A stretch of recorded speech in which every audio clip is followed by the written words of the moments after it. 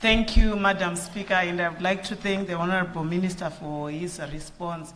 But my supplementary question is, Madam Speaker, what is the government policy on the issue of alleviating the issue of using the railway line? We used to have workers from, for example, Mabvuku to town using trains. So what is the government policy on that? Thank you. Thank you, Honourable Minister. Thank you, Madam Speaker. I want to thank Honourable Karenyi for a good question. Actually, what is happening is that our National Railways of Zimbabwe is now under Mutapa, and we are now trying to leverage on our assets so that we can get an investor or a loan to ensure that we resuscitate our National Railways. So that is work in progress. And indeed, we believe that it will also ease pressure on our road network if we can increase the usage of our rail network.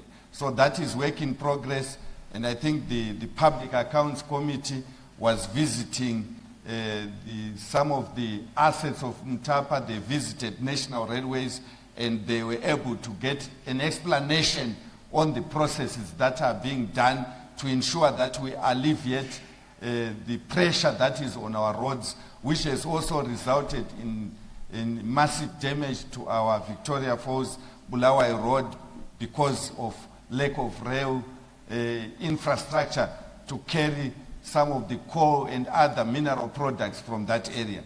So it's a very good question, which is being handled by one of our investment companies, which is Mutapa. I thank you. Supplementary. Thank you, Honourable Minister. Supplementary.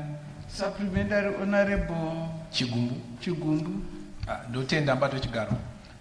Mubato Chigaro, mubvunzo wangu wekuwedzera ndewekuti bongozoso ratawana riri kunyanya kukonzeresa kuti zvekufambisa zvinge zvichinetsa inyaya yemahwindi anyanya mukati meguta mumaguta akasiyana siyana. Zvinobva zvawedzera yaringati nyongano kana kuti chaos. Ende pane runyere kupe ruri kubuda kuti pane andingati pachirungu cartels ari kucontrola loading points anenge ari mutaundi.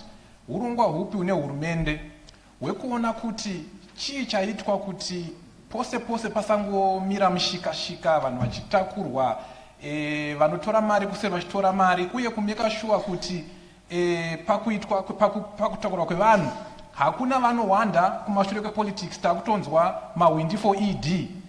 Kuri kuedza kuti vanhu vanga vachiita sei vachiwanda nepolitics. Saka hurongwa hupi hune hurumende kuti pasaitike izvi, vanhu vatakurwa zvakanaka, vanhu vasashungurudzwe.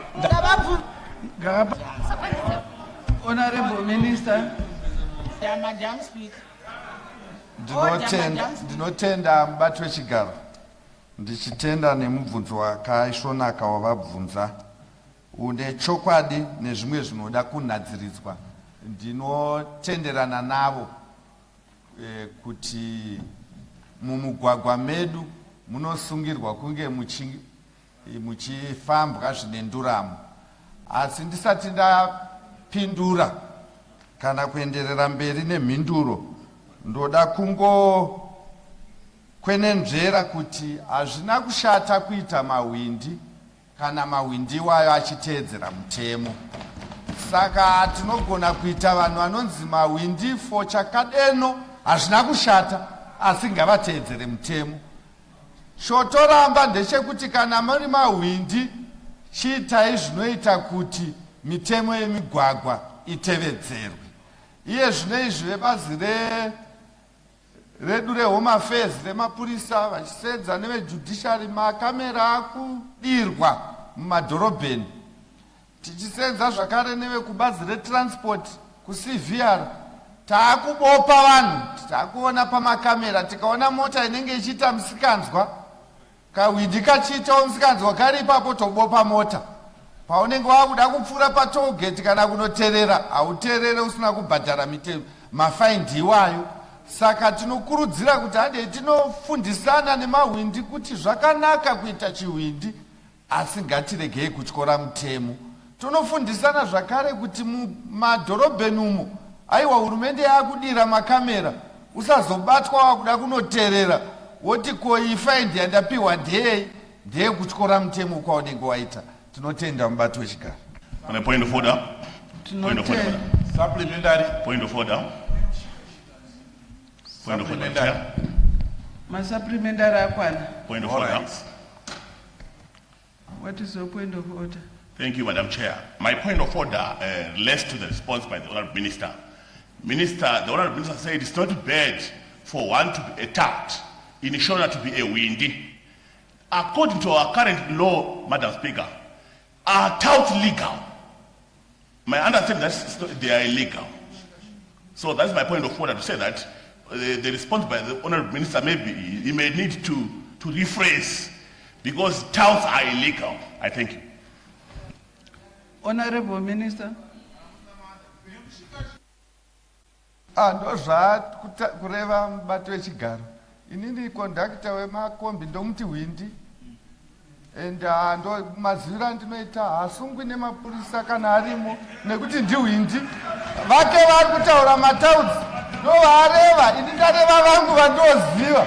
Tinotenda. Point of order, Madam. New question, Honorable Matiza. Point of order, Madam Speaker.